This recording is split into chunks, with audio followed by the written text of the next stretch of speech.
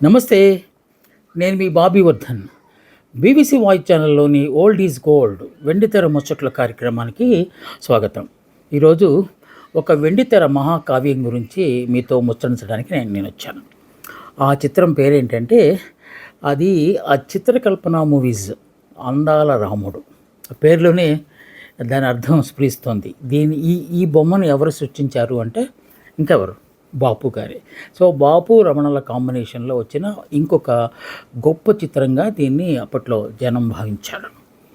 So దీనికి నిర్మాత NS మూర్తి గారని చాలా అర్థవంతమైన ప్రేక్షకాభిరుచిని దృష్టిలో పెట్టుకుని చాలా సినిమాలు తీశారైనా.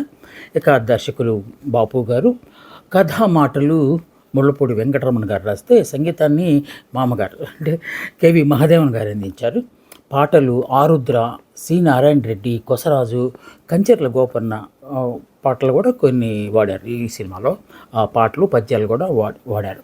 సో ఇక ప్రధాన తారాగణం విషయంలోకి వచ్చేసరికి దానికంటే ముందు మనం పాటలు ఎవరెవరు పాడారో మాట్లాడుకుందాం. రామకృష్ణ అప్పట్లో ఘంటసాల గారికి ప్రత్యామ్నాయంగా, లేకపోతే ఘంటసాల గారికి కొంచెం అస్వస్థతగా ఉంటే రామకృష్ణ గారితో పాడించే అంత స్థాయికి ఆయన ఎదిగారు. ఆయన మన సుశీలమ్మ గారికి బంధువు కూడా. అందువల్ల ఆయనకి మంచి మంచి అవకాశాలు వచ్చాయి. ముఖ్యంగా అక్కినేని నాగేశ్వరరావుకి పాడే అవకాశం ఆయనకు వచ్చింది. సో వి రామకృష్ణ గారు మంగళంపల్లి బాలమురళికి ఇస్తున్నారు, గాన గంధర్వులు ఆయనతో కూడా పాడించారు ఈ సినిమాలో. అలాగే మాధవపెద్ది సత్యం గారు పాడారు. ఇక సుశీలమ్మ, విజయలక్ష్మి అని మరొకరు పాడారు. జేవి రాఘోల్ గారు కూడా ఒక పాట పాడారు ఈ సినిమాలో. ఆయన సంగీత దర్శకులే కాకుండా అక్కడక్కడ పాటలు కూడా పాడిన సందర్భాలు ఉన్నాయి. అవి ఆ తర్వాత ఎప్పుడో మరోసారి ముచ్చరించుకున్నాం. ఇక ప్రధాన తారాగణం విషయంలోకి వచ్చేసరికి అక్కినేని నాగేశ్వరరావు గారు ప్రధాన పాత్ర వేశారు. లత అని కొత్తగా ఒక హీరోయిన్ని ఈ సినిమా ద్వారానే, అంటే ఆవిడకి డెబ్యూ సినిమా. ఆవిడ కూడా మంజులలాగా ముద్దుగా మాట్లాడటం అనేది చాలా సినిమాల్లో మనం చూసాం. ముఖ్యంగా కొంచెం అభిజాత్యం, గర్వం ఉండే క్యారెక్టర్ అయితే ఆమె చాలా బాగా చేశారు. దీనిలో కూడా ఆల్మోస్ట్ అలాగే ఉంటుంది మొదటి దశలో. ఆ తర్వాత ఆవిడ మారిపోతుంది. సో విలక్షణ నటుడిగా మంచి పేరు సంపాదించుకొని 101 జిల్లాలకు అందగాడిలాగా నూతన్ ప్రసాద్ గారు ఉన్నారు కదా, వారికి కూడా ఈ సినిమానే డెబ్యూ సినిమా. అలాగే లత గారికి, నూతన్ ప్రసాద్ గారికి ఇద్దరికి ఇది మొట్టమొదటి సినిమాగా భావించాలి. సో అలాగే నాగభూషణం గారు, అల్లు రామలింగయ్య గారు, రాజబాబు గారు, ధూళిపాల గారు, ముక్కమల్ గారు, మాడా వెంకటేశ్వరరావు గారు, సాక్షి రంగారావు గారు, రావి కొండలరావు గారు, కాకరాల్ గారు, అలాగే కేకే శర్మ, పొట్టి ప్రసాద్తో పాటుగా సూర్యకాంతం, రాధాకుమారి, మణిమాల, ఝాన్సీ, మాస్టర్ వెంకటేశ్వరరావు అంటే చైల్డ్ ఆర్టిస్ట్ కూడా ఈ సినిమాలో నటించారు. ఇది సాంకేతిక వర్గానికి సంబంధించిన వివరాలు. ఇక ఈ సినిమా తీసిన తర్వాత ఏమేమి ఇంతలో విశేషాలు జరిగాయో ఒకసారి మనం దృష్టి సారిద్దాం. వాటిలో మొట్టమొదటిది మనం ఇందాక చెప్పుకున్న ఈ అందాల రాముడు అనేది ముళ్ళపూడి గారు రాసిన ఒక నవల, జనతా ఎక్స్ప్రెస్ అనే నవలను చిత్రానువాదం చేశారు ఆయనే. ఆ నవల కూడా చాలా ప్రాచుర్యం పొందే నవలే, కానీ దాన్ని సినిమాగా మార్చడం అనేది అది ముళ్ళపూడి గారి దగ్గర ఆయనే సినిమాగా మార్చారు. మనం ఇందాక అనుకున్నట్టు హీరోయిన్ లత, అలాగే విలక్షణ నటుడు నూతన్ ప్రసాద్ గారు కూడా ఈ సినిమా ద్వారానే తొలిసారి పరిచయం అయ్యారు. ఆ తర్వాత నూతన్ ప్రసాద్ గారు ఎలా విజృంభించారు. అలాగే బాపు గారు తీసిన ముత్యాల ముగ్గు లాంటి సినిమాల్లో అందుకే మనం ఆయన్ని విలక్షణ నటుడు అంటున్నాం. సో ఆయన విలన వేశారు, క్యారెక్టర్ ఆర్టిస్ట్గా చేశారు, రకరకాల వేషాలు వేశారు. ప్రమాదవశాత్తు ఒక సినిమా షూటింగ్లో ఆయనకి దెబ్బ తలకడం వల్ల బ్యాక్ బోన్ దెబ్బతిని చాలా కాలం కుర్చీకి పరిమితమయ్యారు. కుర్చీ పరిమితమైనా కూడా ఆయన ఈటీవీ లాంటి సినిమాల్లో మంచి షోలు చేసి, అదే నేరాల ఘోరాల సినిమా అనగానే మిమిక్రీ ఆర్టిస్టులకు పంట పండిపోద్ది అనమాట. నూతన్ ప్రసాద్ గారి వాయిస్ని అనుకరిస్తూ వాళ్ళు మాట్లాడటం అనేది. సో నూతన్ ప్రసాద్ గారి నుంచి మనం ప్రత్యేకించి చెప్పేదాం, గొప్ప రైటర్ అని. బాపు రమణల కాంబినేషన్లో అక్కినేని నాగేశ్వరరావు గారు చేసిన మరో సినిమా ఇది. ఇంకా చాలా సినిమాలు చేశారు ఆయన. దీని తర్వాత మనం మాట్లాడుకోబోయే ఇంకో సినిమా కూడా చాలా గొప్ప సినిమా, అది తర్వాత మాట్లాడదాం. ఈ సినిమాకున్న ఒకనొక ప్రత్యేకత ఏంటంటే ఈ సినిమాని 80% గోదావరిలో తీశారు. గోదావరిలో గొప్ప నౌక, దాన్ని బట్టి అంటారా ఏదో అంటారు, జెట్టియో. సో దానిలోనే మొత్తం సెట్టింగ్స్ అన్ని వేసి 80% షూటింగ్ జరిపి, అంటే అక్కడ ఎన్ని రోజులు వాళ్ళు ఉండి ఉంటారు, ఆ సినిమాని ఎలా తీశారు అనే దాని కనుక చాలా విచిత్రంగా ఉంటుంది. నదిలో ప్రవహిస్తున్న నదిలో సినిమా తీస్తున్నారు అంటే ఖచ్చితంగా ఏవైనా చిన్న చిన్న ప్రమాదాలు జరిగే ఆస్కారం జరిగినాయి. చిన్న చిన్న ప్రమాదాలు జరిగినాయి. ఆ ప్రమాదాలను ఎలా అరికట్టారో అదంతా మనం ఇప్పుడు వెళ్తాం. ఈ సినిమా గోదావరి మీద తీయడానికి, అంటే జనతా ఎక్స్‌ప్రెస్ అంటే మామూలుగా జనాలందరూ ఒక చోట ఉండి ప్రయాణం చేస్తున్నది అనుకోండి ఫర్ ఎగ్జాంపుల్. సో అలాంటిది ఇది పడవ మీద, అంటే ఆ పెద్ద పడవ మీద గోదావరి నదిలో జరిగే అనేక సంఘటనల సమాహారాన్ని ఈ సినిమాగా ఆయన మార్చారు. సో మధ్య మధ్యలో పడవ అది నావ వెళ్తున్న దృశ్యాలను చూపెడతారు. మధ్యలో మళ్ళీ ఆ సెట్టింగ్లో ఇంట్లో మాట్లాడుకున్న సందర్భాలు రకరకాల సెట్టింగ్స్ ద్వారా చేశారు. సో ఇంత సాహసం ఎలా చేశారు అంటే, రాజమండ్రి ప్రాంతానికి చెందిన మన బాపు రమణల ఒక స్నేహితుడు రామారావు గారని ఉన్నారట. ఆయన సివిల్ ఇంజనీర్, అంటే ఇరిగేషన్ ఇంజనీర్. సో ఒక ఇంజనీర్ కనుక మనం ప్రక్కన పెట్టుకుంటే ఈ పడవ ప్రయాణాన్ని లేకపోతే దాన్ని పర్యవేక్షించడానికి బాగుంటుందని చెప్పి ఆయన్ని రిక్వెస్ట్ చేస్తే ఆయన వచ్చి ఈ సినిమా పూర్తయ్యేదాకా అక్కడే ఉన్నారట. ఎందుకంటే ఆయన ఇరిగేషన్లో ఇంజనీర్ కనుక అతనికి ఆటుపోట్లు, అంటే పడవ వెళ్తున్నప్పుడు ఆ నావ వెళ్తున్నప్పుడు ఏమైనా జరుగుతుందా, అలాంటివి ఏమైనా జరిగితే ఏం చేయాలి, ప్రికాషన్స్ ఏం తీసుకోవాలి, అలాంటి అన్నీ ఆయనకి పెట్టింది పేరులాగా ఉందన్నమాట. అందుకని ఆయన రిక్వెస్ట్ చేస్తే ఆయన మహదానందంగా ఒప్పుకున్నారు. సో అలా సాయం చేసినందుకు బాపు రమణలు ఆయనకి మంచి కృతజ్ఞతలు తెలియజేశారు. ఎలాగంటారా, ఈ సినిమాలో అక్కినేని నాగేశ్వరరావు పేరు రాముడు అని పెట్టారు. సో ఆ స్నేహితుడి పేరు కూడా రాముడే.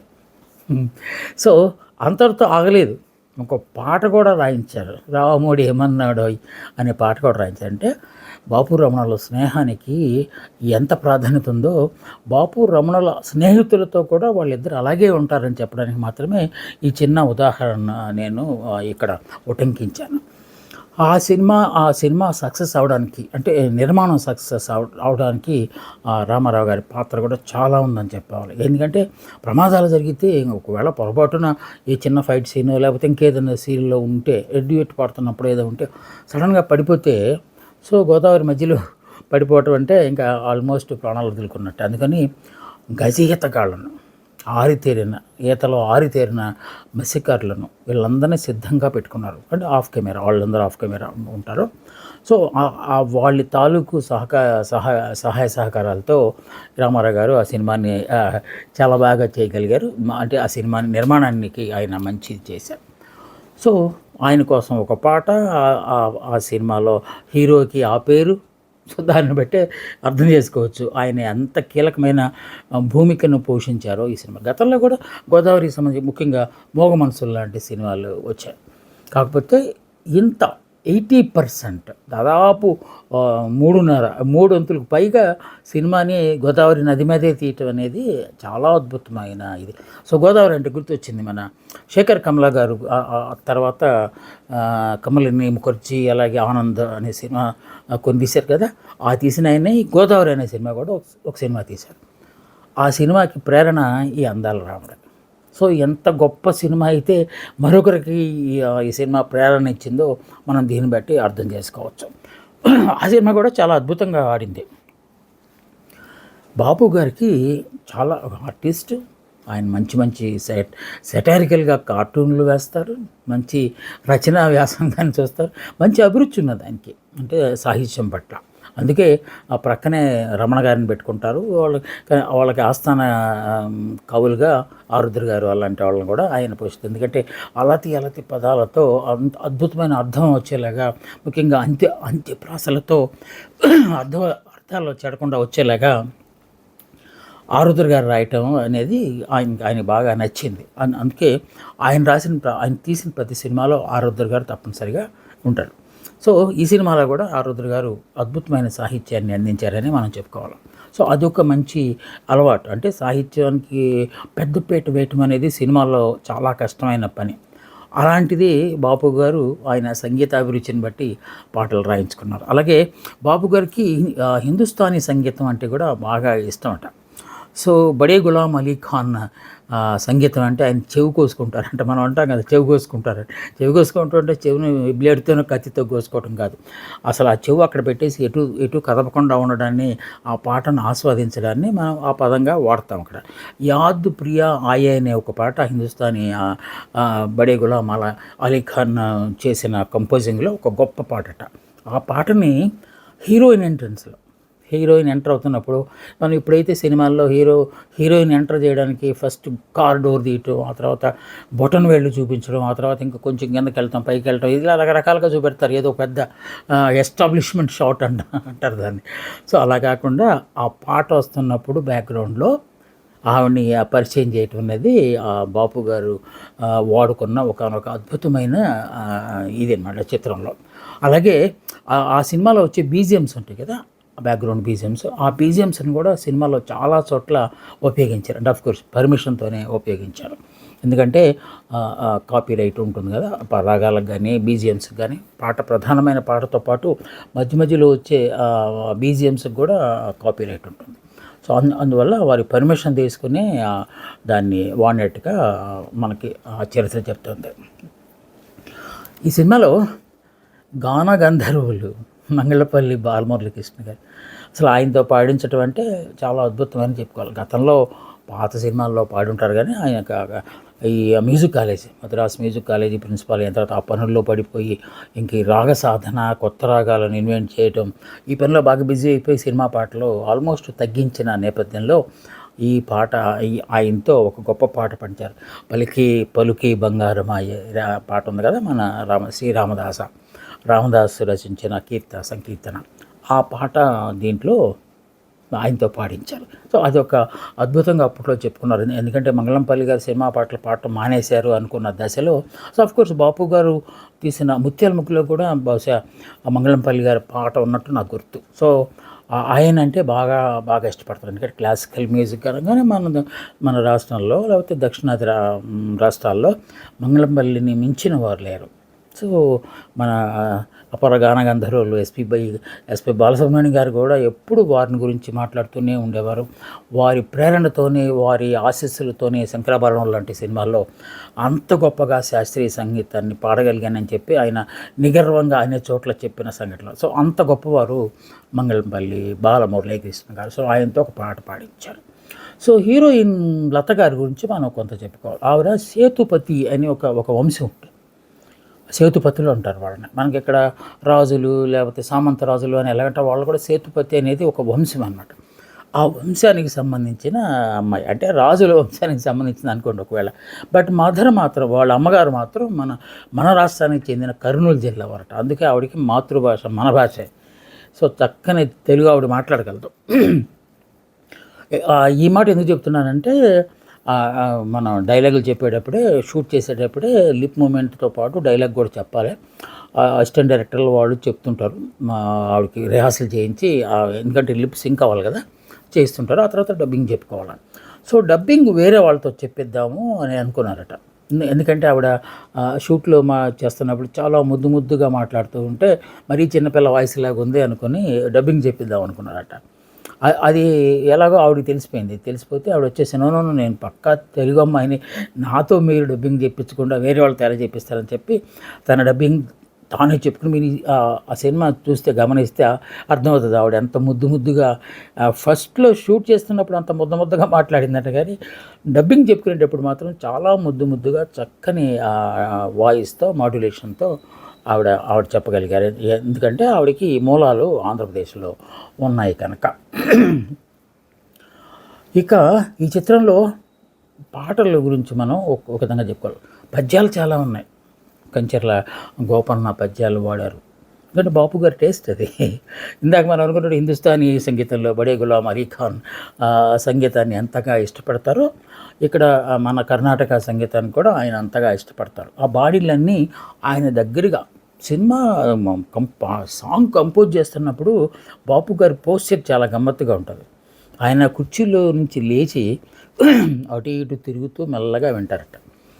ఇంకా కొన్ని సందర్భాల్లో కాలు మీద అది కింద కూర్చొని ఇలా భాషం పెట్టాలంటాం కదా, అలా విని ఇలాగ తొడ మీద ఇలా కొట్టుకుంటూ వింటారంట. అసలు కామెంట్స్ కానీ అలాంటివి ఏమీ చేసే ప్రసక్తి లేదు. ఆ కంపోజ్ అవుతున్న తర్వాత ఆ కళ్ళు మూసుకొని వింటూ వింటూ కళ్ళు తెరిచి ఒక చిన్న చిరునవ్వు నవ్వారంటే ఆ ట్యూన్ అదిరినట్టని అర్థం అంట.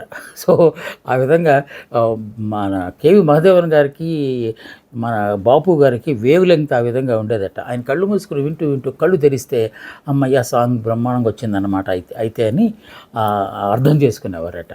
సో ఆ విధంగా దగ్గరుండి పాటలన్నీ చక్కని కంపోజింగ్ చేసుకుని, ఎందుకంటే గోదావరి అందాలను కూడా దృష్టిలో పెట్టుకుని పాటలు రాయించారు కదా.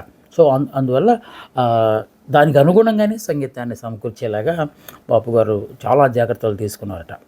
సో ఆ తర్వాత కాలంలో మనం ఇందాక అనుకున్నాం కదా, సునీల్ అనే ఒక కమెడియన్ ఉంటాడు కదా, ఆయనతో ప్రపంచ ప్రఖ్యాతిగాంచిన రాజమౌళి గారు ఒక సినిమా తీశారు, అందాల రాముడు అని.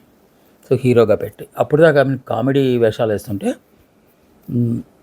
ఈ సినిమాతో ఆయన హీరో చేశారు. ఆ తర్వాత ఇంకో సినిమా కూడా హీరో 2-3 సినిమాలని ఆయన హీరోగా చేశారు. రాజమౌళి గారు మర్యాద రామన్ మరి ఇంకో సినిమా కూడా రాజమౌళి గారు చేసినట్టు. సో ఇలాగా 2-3 సినిమాలు ఆయనకి ఎందుకో నచ్చి సునీల్ అంటే అది దాని వెనక ఏదో ఒక కథ ఉంది కానీ బట్ అది మనకి ఇక్కడ అప్రస్తుతం మనం చెప్పుకోనక్కర్లేదు. బట్ సునీల్ని పెట్టి హీరోగా తీసిన ఈ అందాల రాముడు అనే సినిమా ఒక పేరు మాత్రమే, 2 ఒకటే ఉంటుంది తప్ప ఆ కథకు కానీ ఆ చిత్రీకరణకు కానీ అలా సంబంధం లేనే లేదు దీనికి దానికి.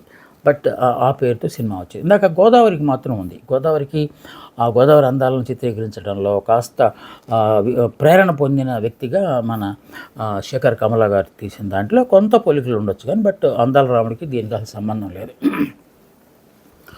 మనం ముందే చెప్పుకున్నాం కదా, రామారావు గారు ఇరిగేషన్ ఇంజనీర్ గారు, ఆయన గజయెత్తగాళ్ళు లేకపోతే ఆ స్థానికంగా ఉండే బాగా ఆరితేరిన మత్స్యకారులను కూడా ప్రక్కన పెట్టుకుని త్రూఅవుట్ షూటింగ్ వాళ్ళతో మాట్లాడుతూ, ఒకవేళ ఏమన్నా అప్పుడప్పుడు చిన్న చిన్న ప్రమాదాలు జరిగినాయట, కొందరు పట్టడం మళ్ళీ బయటికి తీసుకురావడం అదంతా జరిగిందట. వాళ్ళని మాత్రం జాగ్రత్తగా వాళ్ళని ఎప్పటికప్పుడు అలర్ట్ చేస్తూ, ఎందుకంటే ఆయనకు పెద్ద బాధ్యత చెప్పారు. సో ఆ బాధ్యతను కడదాకా ఆయన పోషించాలి కనుక చక్కగా పోషించి చేశారట. ఈ చిత్రంలో కామెడీ అసలు ముళ్ళపూడి వెంకటరమణ గారు అంటే కామెడీ అసలు మనకు ఆ డైలాగ్ వచ్చిపోయే లోపు మనకి అరే మనం ఏదో మిస్ అయిపోయాము అన్నంత షార్ప్గా ఉంటాయి ఆయన కామెడీ. ఆ సెటైర్ కావచ్చు లేకపోతే కామెడీ, ప్యూర్ కామెడీ కావచ్చు. దీంట్లో రాజబాబు గారు అల్లూరి రామలింగం గారి మధ్య ఉండే సంభాషణలు అసలు ఎంత నవ్వు తెప్పిస్తాయంటే, ఆయన ఊతపదాలు కొన్ని క్రియేట్ చేస్తారు మన ముళ్ళపూడి వారు. దీంట్లో తీత అనే ఒక డైలాగ్, ప్రతిసారి తీత అని రాజబాబు గారు అల్లూరి రామలింగని పిలుస్తారు. ఏంట్రా ఈ తీత అంటే తీసేసిన తహసీల్దార్, దానికి అబ్రివేషన్ అనమాట అది. సో అది వచ్చిన ప్రతిసారి హాల్ అంతా గొల్లు నవ్వుతారనమాట.